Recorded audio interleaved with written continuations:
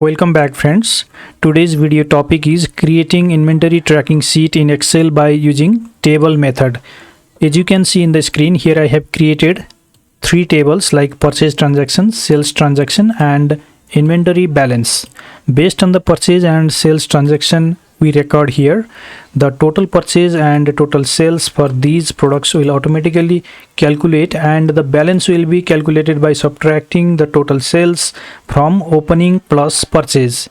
For example, currently I have 14 units balance stock for television, and here in the sales transaction, if I enter a new record for television, let's say 4 units, here you see the balance is automatically updated as 10 units. Similarly, if you enter the purchase transaction here, for example television, and if I put here 12 units, here you see the balance automatically updates. Let's start creating inventory tracking sheet by using the table method. First of all, put the title, that is inventory tracking sheet or stock in, out and balance tracker. In the A2 cell, put purchase transaction. Below this, put a date, item name and quantity. Select from A2 to C2, then merge and center. In the E2 cell, write sales transaction. Below this, just copy and paste these column headers. And in the I2 cell, put stock or inventory balance, and below this put the column headers of item name, opening stock, or let's say opening quantity, total purchase, total sales, then stock balance. Select from I2 to M2, then merge and center. Adjust the column widths as required. Select the column headers of purchase transaction, then one row below this. Then convert this into table by pressing Ctrl T in the keyboard. Select this my table has headers, then click on OK.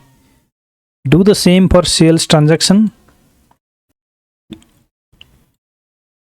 and for the balance also.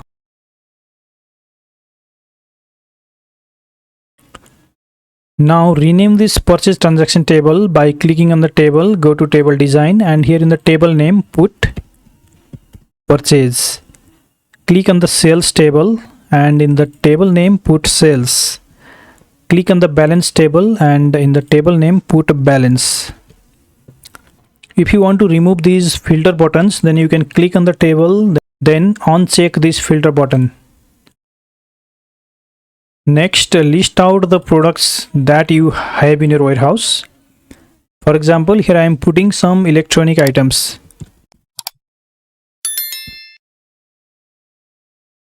Next, we have to create a drop-down list in the item name column of purchase and sales transaction to select the items. For that, click on this cell below the item name, click on data tab, then data validation. From this drop down, choose list, and here in the source write this formula equal to indirect bracket open double quotation, then put the name of this stock balance table, which is balance, open a square bracket, then put the column header where there is item name, that is the item name column.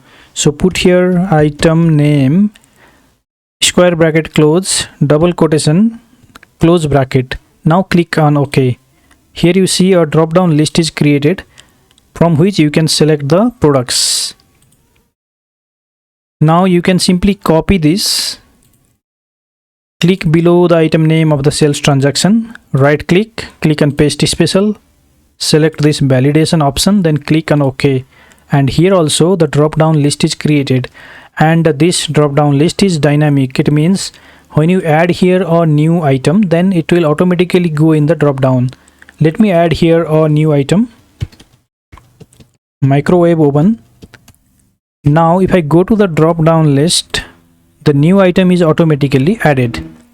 Next we have to write the formula here in total purchase, total sales and total balance to automatically calculate the balance stock. For that, first of all, let me enter here some transactions.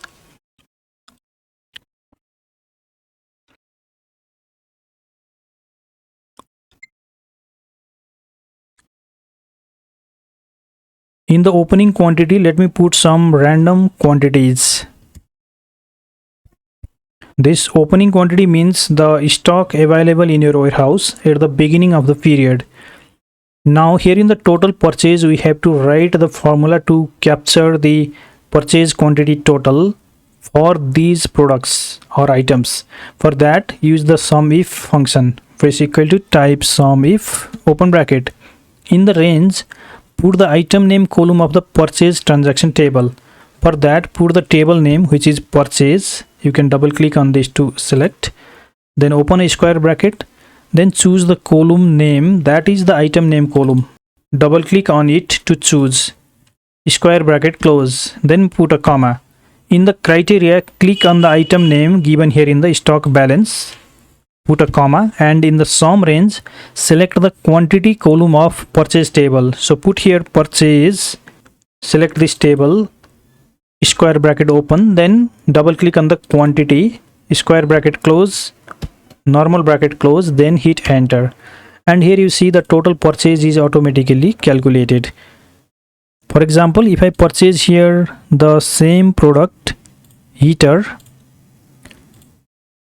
and the quantity is suppose 3 unit, here you see the total for heater is given as 15, which is given by 12 plus 3.